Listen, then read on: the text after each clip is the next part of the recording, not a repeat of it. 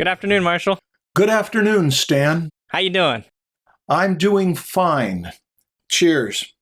Oh, you got your coffee. I'm jealous. Oh my God, I didn't get a beverage. Oh.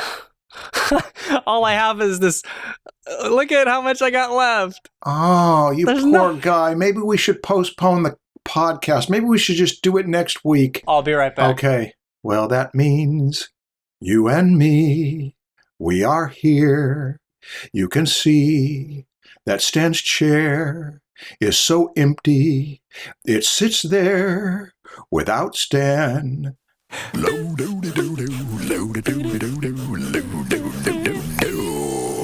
the Draftsmen Show. Yeah. There I am. Cheers, Stan. Cheers. I got my water. Good. Now we're doing okay, and we're here again, and we're ready to do the Draftsmen podcast. What's the topic today, Stan? The topic is reinventing yourself. Not everyone who listens to the Draftsmen podcast is between the ages of 14 to 24. A number of the people in our audience are older and have come up against the fact that you made a living doing one thing, or you mastered a particular skill, and then the opportunity to make your living or even use that skill is taken away from you, and you have no say in it, and you have to reinvent your role and career, your money source. And I've had that happen to me more than once, and I'm having it happen right now, as a matter of fact. And I know that it can be very tough, and I have people around me that I've seen have to reinvent themselves and not reinvent themselves. That's a warning story. Are you going through a midlife crisis, Marshall? No, I went through my midlife crisis.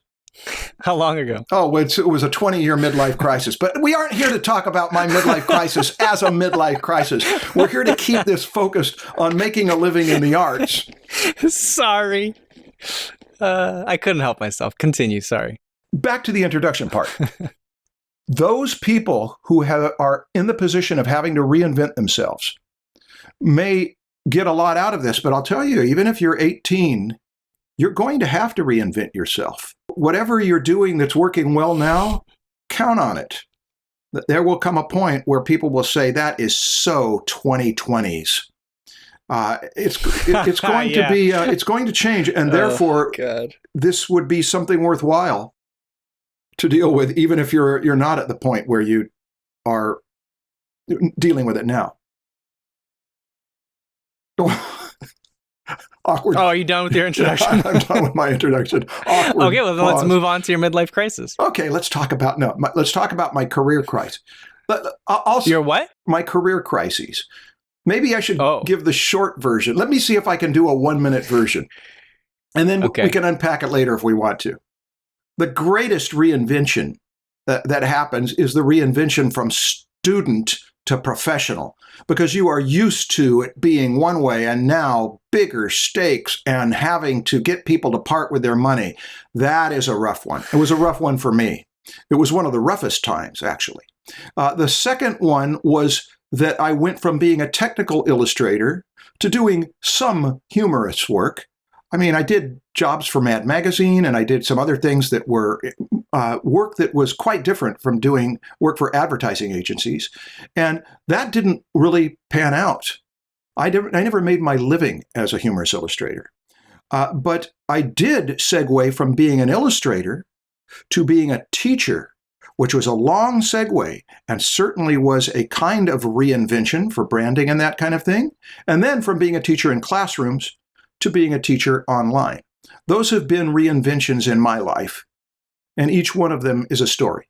You said that you weren't a humorous illustrator? I never made my living at it. I got jobs, but that's different from pulling in enough to pay all of the bills, right? You get some gigs. I was going to say, you drew a humorous in my anatomy class. Oh. And you got paid for it. Do you remember that lesson? You did draw humorous. Yeah. Oh, golly. You got me on that one. We'll put the link in the description if you guys want to see Marshall's short career as a humorous illustrator. I'm finding this less funny as we dig into it. Oh, I'm sorry. I keep breaking your train of thought. No, actually, I was done with my train of thought. Oh. All right, now you tell me what you know. This is a weird topic. I feel like we're always reinventing ourselves. You bring up the transition from student to professional. But that transition is like, it doesn't really end. There's like a big gradation, and then while you're doing that, you're also reinventing yourself in other ways. You're always changing. We're never the same person, and so reinventing in what way? What constitutes a big enough change? How do we categorize these reinventions, and can we even? I'm kind of confused by the topic, to be honest. Well, I'm not, because I've seen dramatic enough instances of it to say that is definitely reinvention. And right now, what's going on in this world with the change of how people make a living when they've been out of work for months and there's no money coming in, or there's supposed to be money coming in, but the government isn't sending it to me. And how am I going to make a living? This is a major time of reinvention. So it may be at such a hot point for some people that it's like, don't give me swimming lessons when I'm drowning. It's just, this is a really difficult time for people reinventing themselves. Yeah, I mean, if you're talking about financial issues, though, I mean, go back to 2007. It's the same thing. People were going through, it's a big cycle. We're always going through bad financial times. Mm-hmm. Well, not always. I mean, we're always going through cycles of them. We're up, then we're down, up and down. I mean, yes, some people are going through it for the first time right now. Mm-hmm. The people that weren't professionals in 2007. What have been the biggest crises in your life where you felt like you had to reinvent? Or have you had them? Is that the definition here? Is that what we're focusing on? Is a crisis that forces you to change? Or is it that it's anything that you intentionally change about yourself? Okay, I got you. I understand what you're doing. We want to lay out the land of the definition. I want to define what we're talking about so we talk about the same thing. I also don't know what we're talking about, so I'm trying to figure it out. One is crisis. Crisis is where it's most obvious. I have to reinvent myself or I won't make a living. Another is where what Knight talked about in just the one that we just did. Mm-hmm. Knight is in one position and wants to be in another in time, and she is already in advance anticipating that I will reinvent myself, and I don't even know how, but she's got a long view of it in mind. That's not crisis. Yeah, it's not a crisis. It's just a desire for something different. Yeah. And then another would be what we talked about last season with having two personas. One that I do the stuff for the grown-ups, one that I do the stuff for the kids, and separating those two, that is a kind of reinventing or inventing an alter ego. So it's really partly public perception, branding, and partly internal motivation, desire, and what we do each day. And it's hard not to say that living in this time, that it has a lot to do with equipment and media, the medium that we use.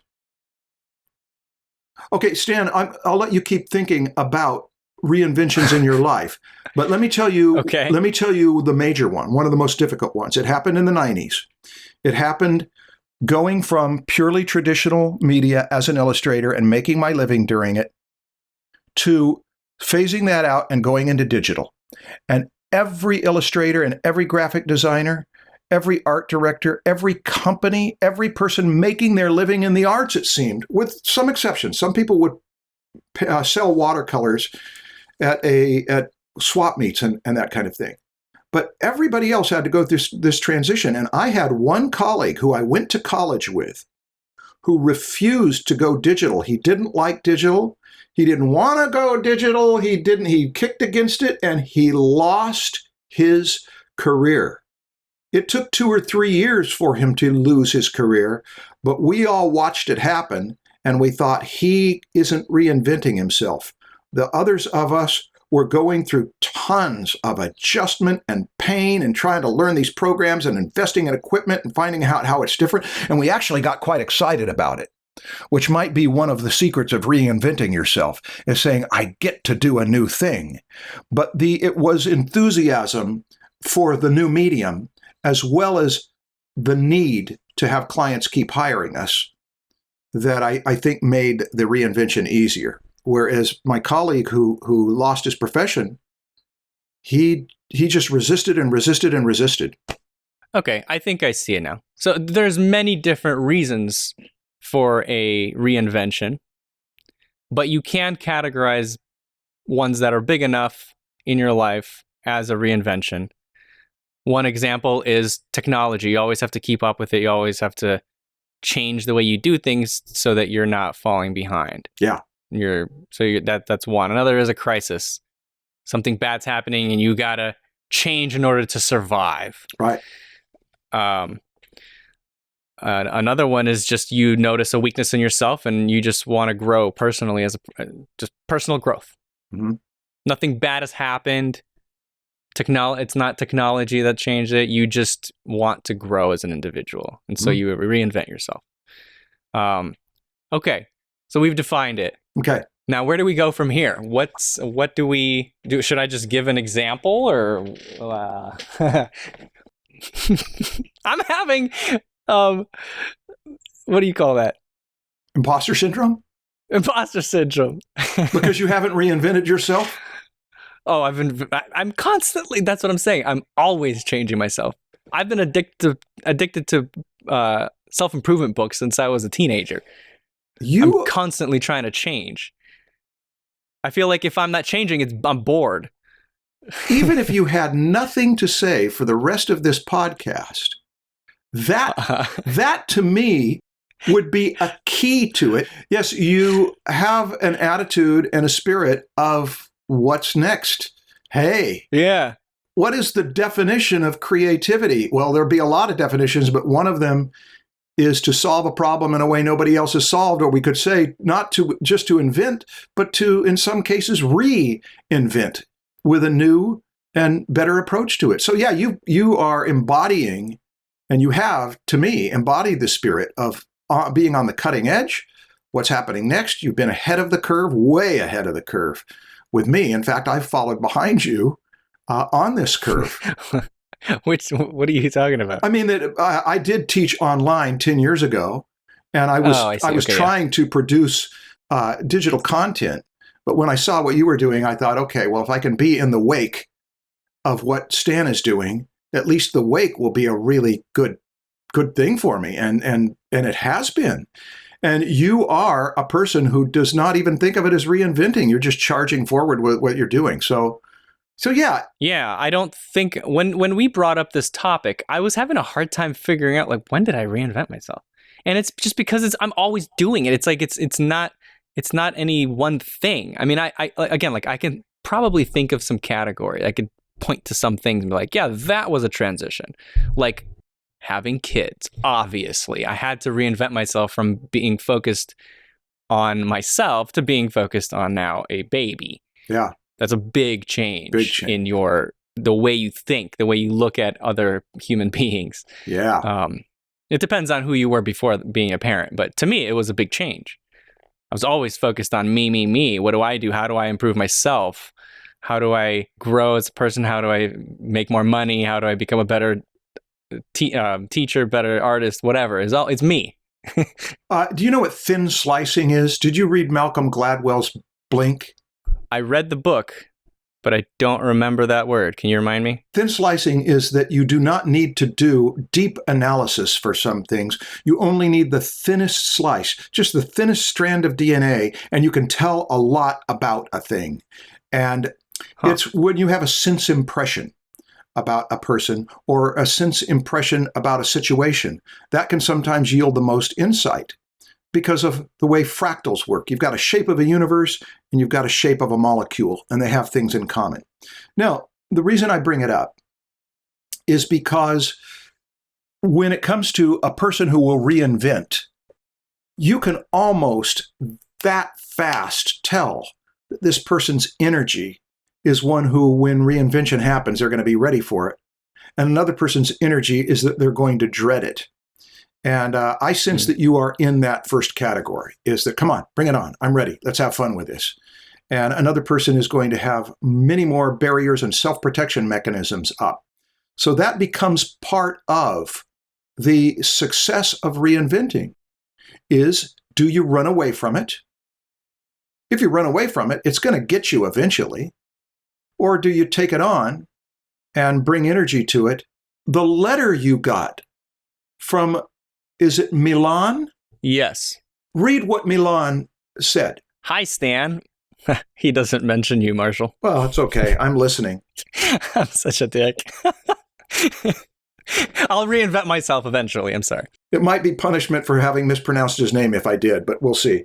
Hi, Stan. My name is Milan Franklin. I was just watching the latest Draftsmen podcast, and I was intrigued by Crystal's, I hope I heard her name correctly, question regarding injured artists.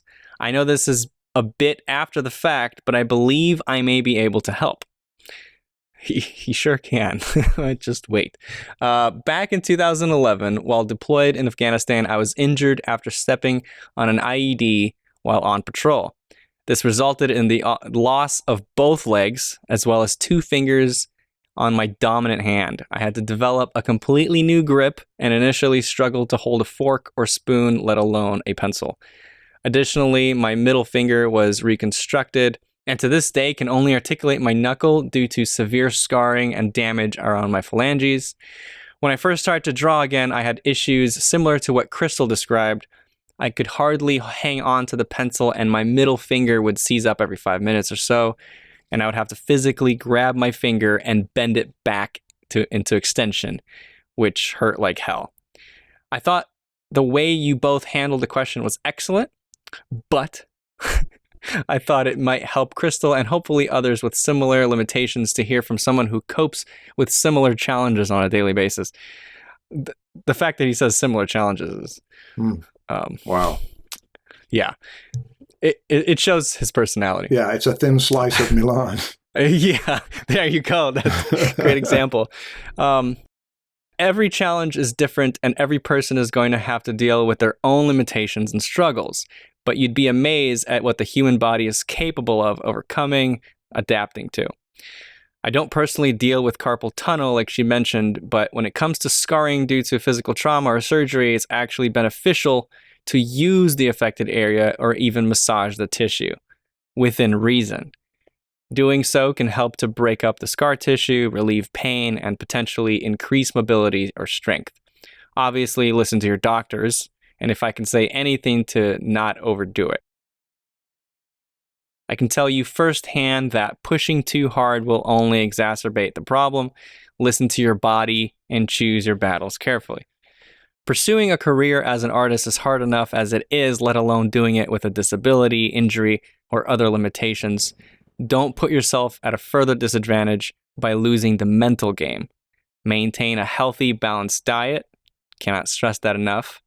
Stay positive and keep your head up and your eyes on the horizon.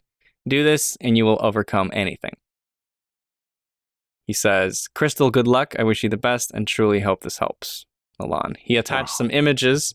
I'm pretty sure he's okay with us sharing them. If you're watching this, if you're sensitive to people losing limbs, close your eyes.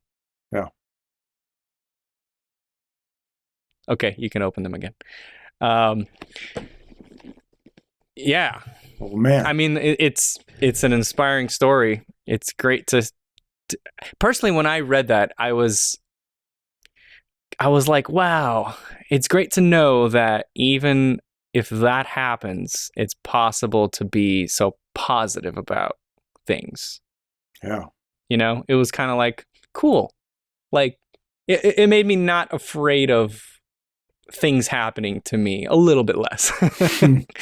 You know what I mean? It's like, okay, I could lose my legs and I'll still be happy like Milan. Yeah. Or I could still be happy like Milan. Maybe not. It takes a lot of strength. Milan does not have imposter syndrome.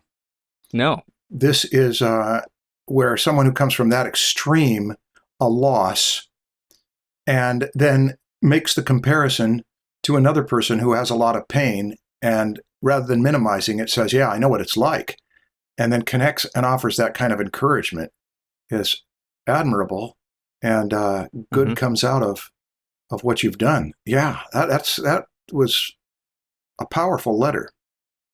Yeah, it's an example of a crisis that forces someone to change. And the attitude behind it. Don't lose the mental game. If you're losing the physical game, don't lose the mental game. That's very important. This reminds me a little bit of when we were talking about the war of art. The most extreme situations in life can be military situations, where it's life or death, and it's not something you can plan. It's something that happens now. And if you can learn lessons from people who are in those extremes, this class that I just finished for Concept Design Academy was called Creativity Lessons from Great Filmmakers. Even if you're not going to be a filmmaker, one of the reasons why you would study lessons from great filmmakers is because their challenges and their complexity and the amount of money that goes into a production, there's so much at stake that if people under that kind of pressure can be creative, there should be something in the lessons from them, from those of us who are merely painting a picture or doing something that's fewer challenges. And Milan is taking an extreme situation of life that he's lived through, that he's learning from, and he's offering it to the rest of us. And the main thing I got out of it was not the thing about massage or diet, even though he said he couldn't stress that enough. The subtext of it all was his attitude, the mental game. Yeah, that was the big thing for me. Yeah, I think he was offering advice on dealing with physical pain, but yeah.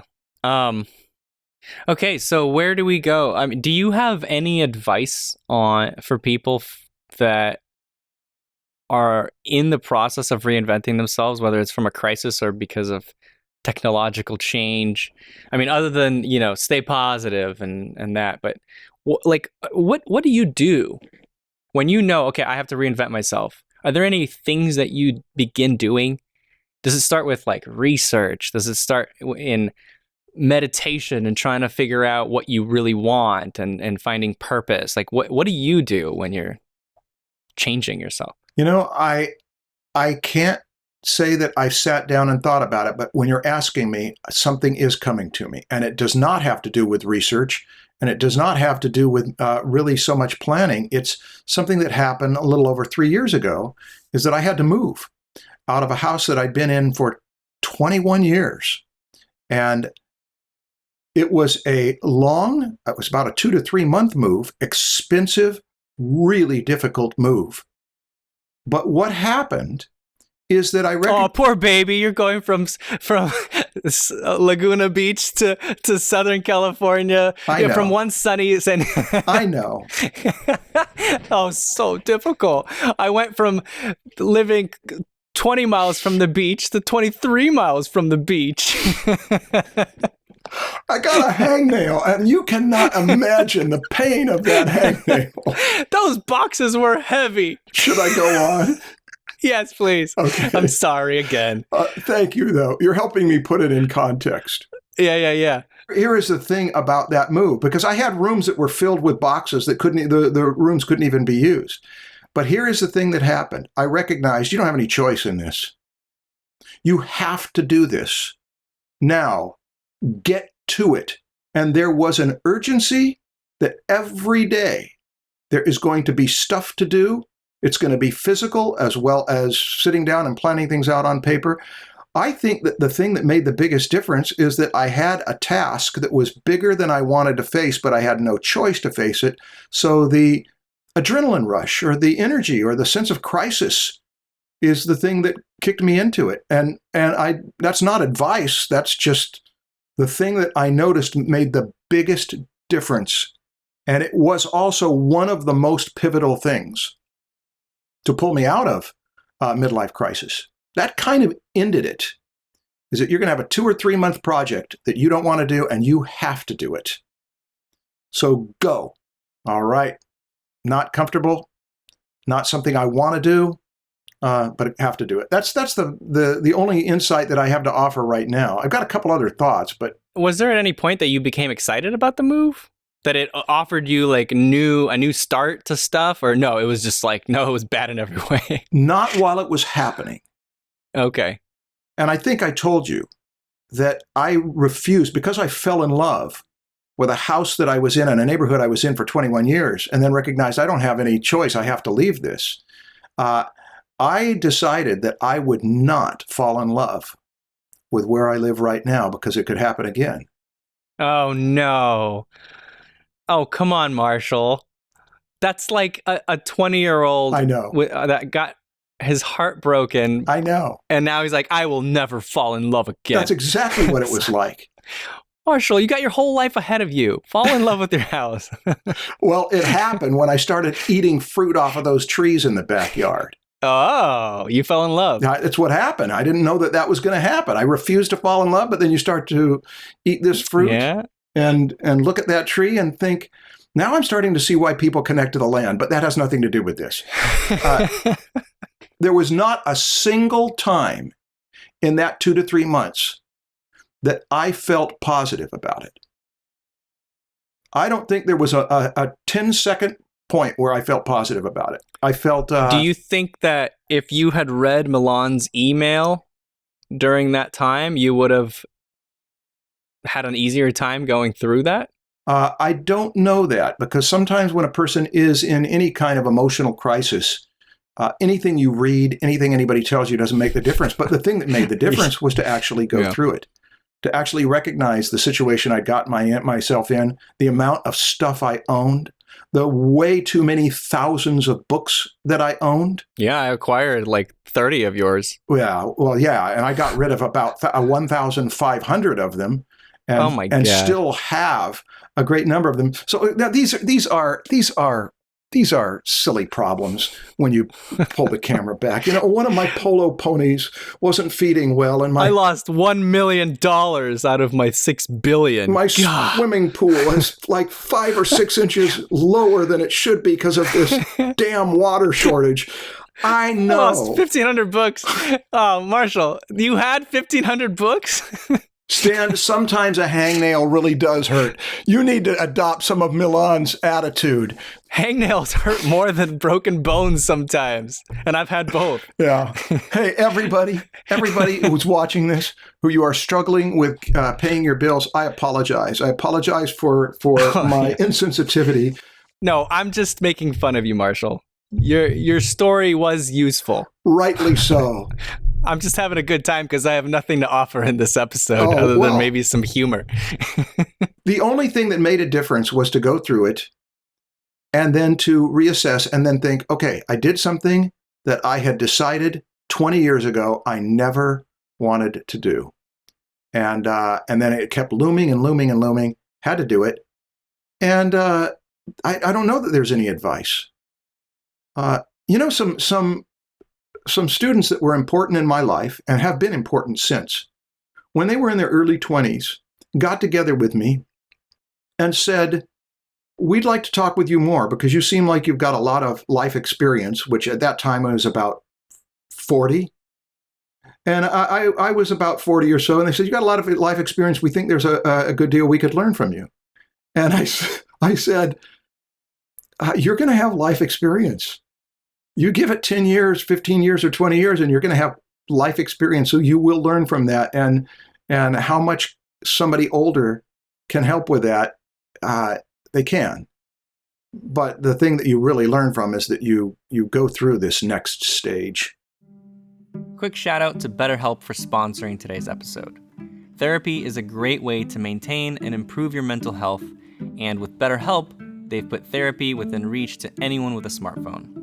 The BetterHelp app makes it simple to match with a qualified therapist in no time. These professionals are trained to help you with a variety of issues, including depression, stress, anxiety, relationships, sleeping, trauma, anger, and more. Have a busy schedule? That's not a problem. If you're always juggling your time, you'll really like how easy it is to schedule or reschedule appointments.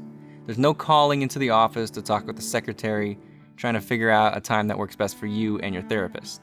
With BetterHelp, you eliminate those kinds of hassles so you can focus more on your therapy. Right now, BetterHelp is offering all Draftsmen listeners 10% off your first month with discount code Draftsmen. To get started, go to betterhelp.com/draftsman.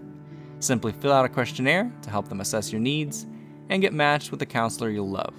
That's BetterHelp, HELP.com/draftsman. I remember when I was younger, like when I was like 20, when my main concern or my main focus in my life at that time was changing myself. It was figuring out, how do I become the adult that I want to be? That's when I was like addicted to self-improvement books and just, focusing on self-improvement. And one of the big things that I think helped me was having a vision board and a journal where I could think through things. Yeah, the vision board really helped because it made me decide on what are the main things that I want to head towards. What do I want to accomplish? Who do I want to be? It makes you think about it. What do I put on this board? Have you ever had a vision board? Oh, yeah. Big important thing. I did that whole lecture on, design your career with a whiteboard. That's a whiteboard, vision board, different names for it, but it's to have it out in front of your face of where you want to go, where you are, how you're going to get there, defining these things. And you're talking about not a whiteboard for a project you're working on, but for yourself, for your life. Yes. Right? A vision board for your life. Okay. Both. Okay.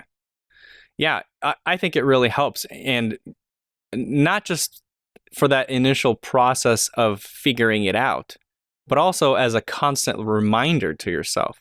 I literally had it on a giant, I think it was a 20 by 30 inch pin board or cork board. And I printed out pictures of all these things. And I was like, okay, this is what I want. And it was in front of me all the time for like, I don't know, maybe like 5 to 8 years. As these things were in front of me. And it was funny how like slowly I would like look over there and be like, oh, I got that. And I would just like I'd take it off. Yeah. And I wouldn't notice for the longest time. Like, oh, that thing. Yeah, that's right.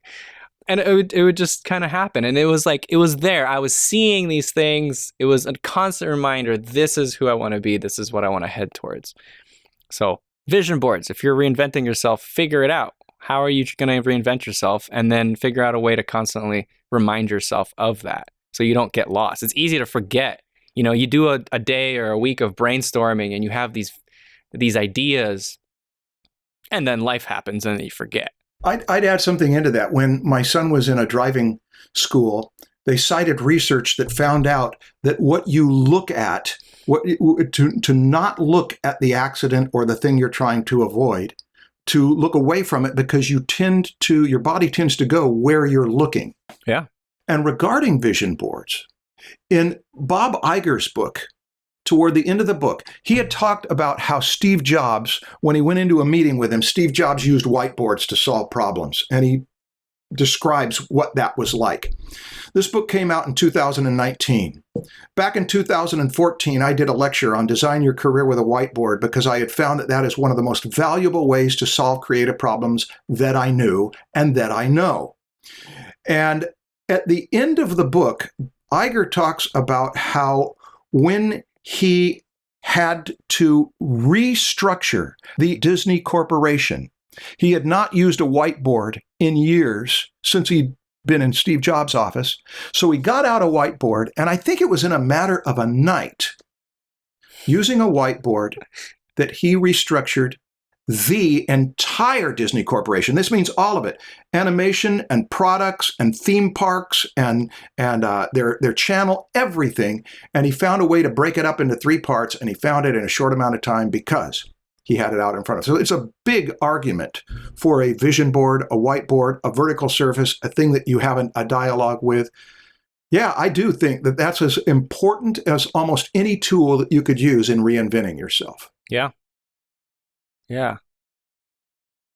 What else? What about, you mentioned, you had a list of things that you mentioned. I already mentioned meditation briefly. We didn't really talk about it, but talk a little more about it. Some people use it. Some people don't. For a person who doesn't know what meditation is, how would you describe it? Come on. Oh, God. I know you're... Okay, so I'm going to totally butcher this. I'm going to sound like such an idiot. Cooper asks you when he's 6 years old, Dad, what's meditation? Yeah. What do you tell him? Oh, it's when you close your eyes and think thoughts. That's pretty good. Deliberately thinking thoughts and guiding them. And yes. Well, guided meditation is only one form of it. Tell us more. No, man, I'm not good at meditation. I've done it several times, and it's fun to do.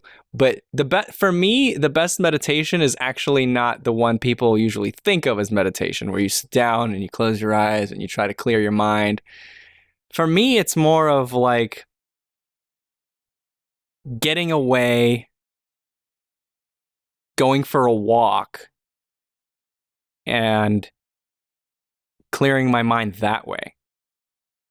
To me, that's kind of like meditation. Clearing my mind with a walk and kind of escaping reality for an hour, to where I could focus on something in my mind. And you do that regularly? Every day. And it makes a difference in how your life choices go. It does make a difference. I mean, obviously, every day you think about these things. You have a chance to ponder and solve problems that are in your mind, rather than having them pile up to the point where what's the point? It can be a release valve for stress and pressure. Oh, yeah. Yeah, no, absolutely. I mean, any physical exercise is a release for stress.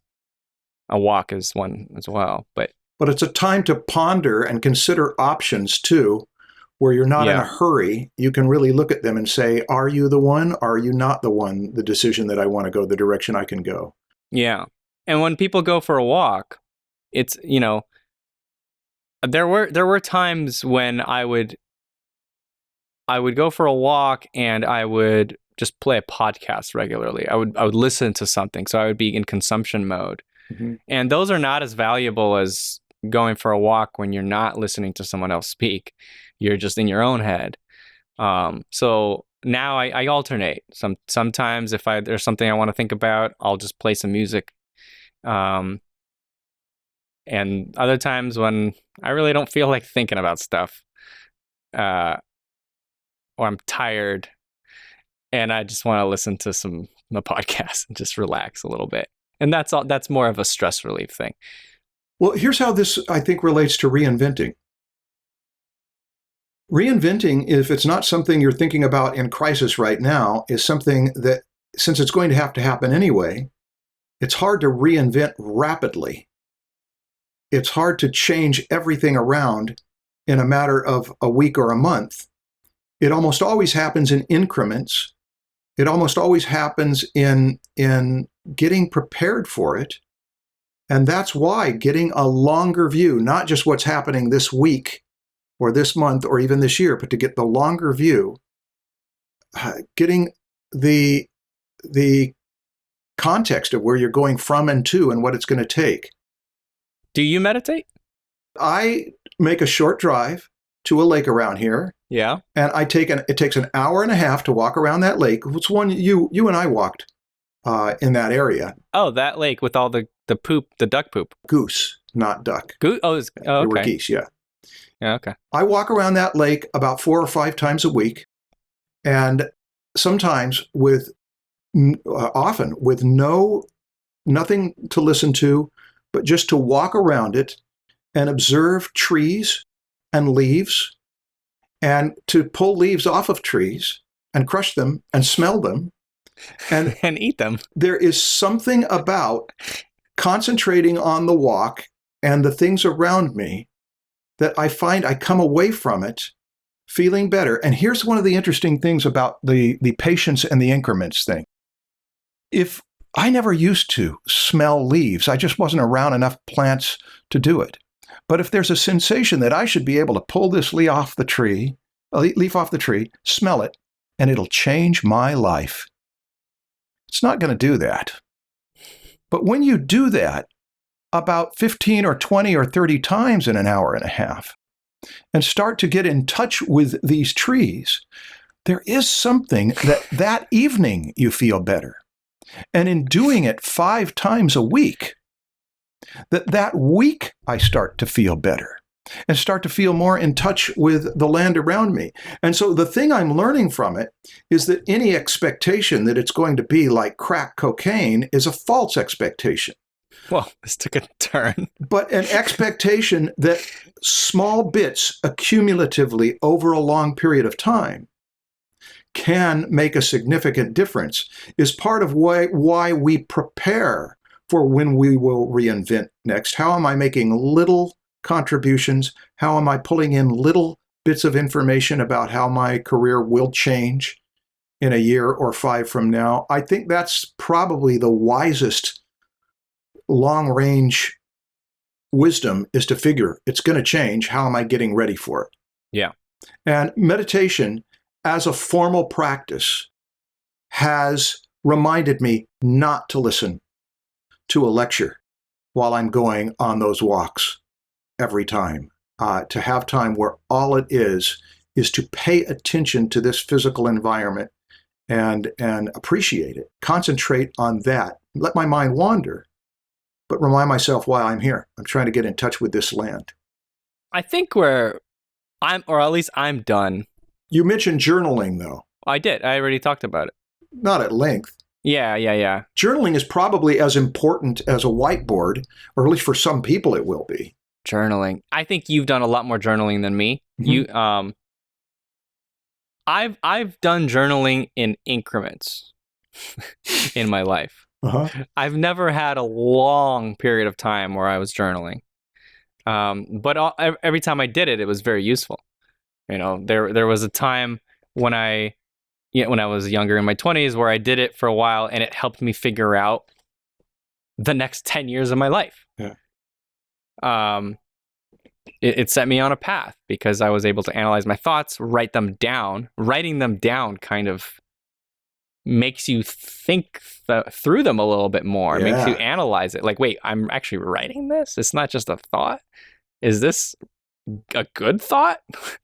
Where else can I go with this? It really makes it real when you write it down. It does. It objectifies it. Yeah. So it's a helpful way of also planning out your reinvention. Journaling is a whole other topic of value. Yeah, maybe we could talk about that. We could fill a podcast with it. Yeah. It was instrumental in my life more than once because I've journaled for most of my adult life, but that wasn't necessarily the most valuable thing. The most valuable thing was to read the journal years after having started it. Yes. And getting the insight into what kind of person this person is, and to be on the other side of it and say, I wish I could go back in time and grab you when you were that age and shake you and tell you, do you not see what you're doing? That is such a problem. And you can't see it when we're in it, but we can sometimes see it afterward if we've made a record of it. And then assess it. And that's where the great changes happen for me, is to read the 2.5 years of my life in a matter of 2.5 or 3 days and get a big overview of it. Yeah, that's interesting. The journal I had in my early 20s, it was a Word doc. It was very simple. It wasn't a physical thing. It was a Word doc. But at the top, the very first page, I had kind of like a list of things that I wanted to do in the next 10 years. And as I would journal every day, things would change, and I would update the thing at the top. And I would constantly be reevaluating everything in my journal to make that thing at the top more accurate to what I want. There's a line in a Stephen Sondheim song from Sunday in the Park with George of look at what you want, not at where you are, not at what you'll be. That seems to be the most important thing to have on the vision board, in your goals. What is your desire? What do you want? As we grow as people, as we mature, as we change and we reinvent ourselves, I feel like hopefully we're always becoming more of ourselves, more true to who we are. That's the goal, isn't it? Is that you're always improving towards a better you in some way. You know, like you lose both of your legs. Yeah, I mean, in some ways that's worse, obviously. That's worse, but if you have a positive attitude towards it, you can grow from it and you can actually be a bigger person without legs. Mm-hmm. You could be a much better person to the world because of this growth if you reinvent yourself correctly. And hopefully who you are aligns with who you want to be.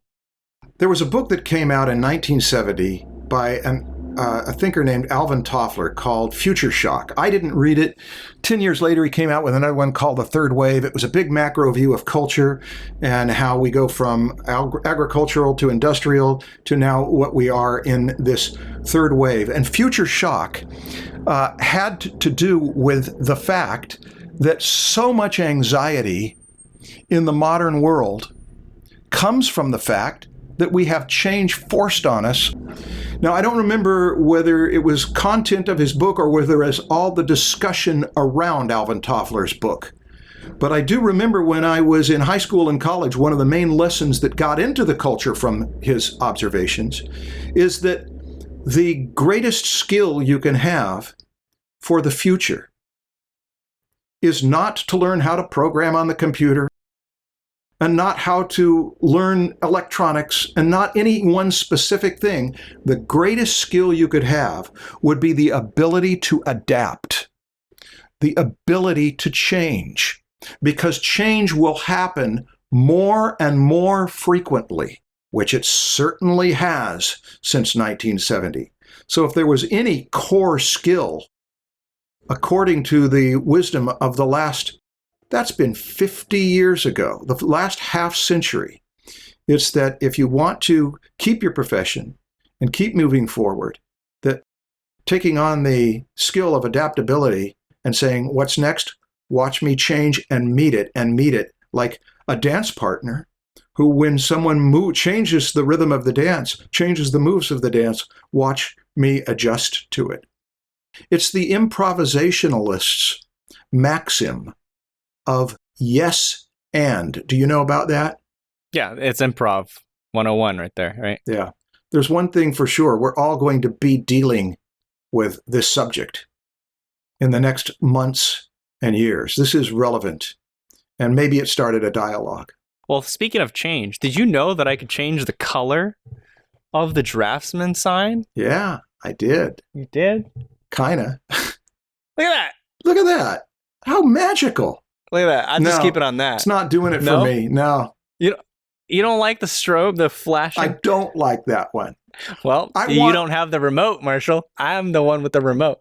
I want the old Draftsman back. Red it is. Well, okay, you made this practical. Oh, wait. The comment of the episode. What is the comment of the day?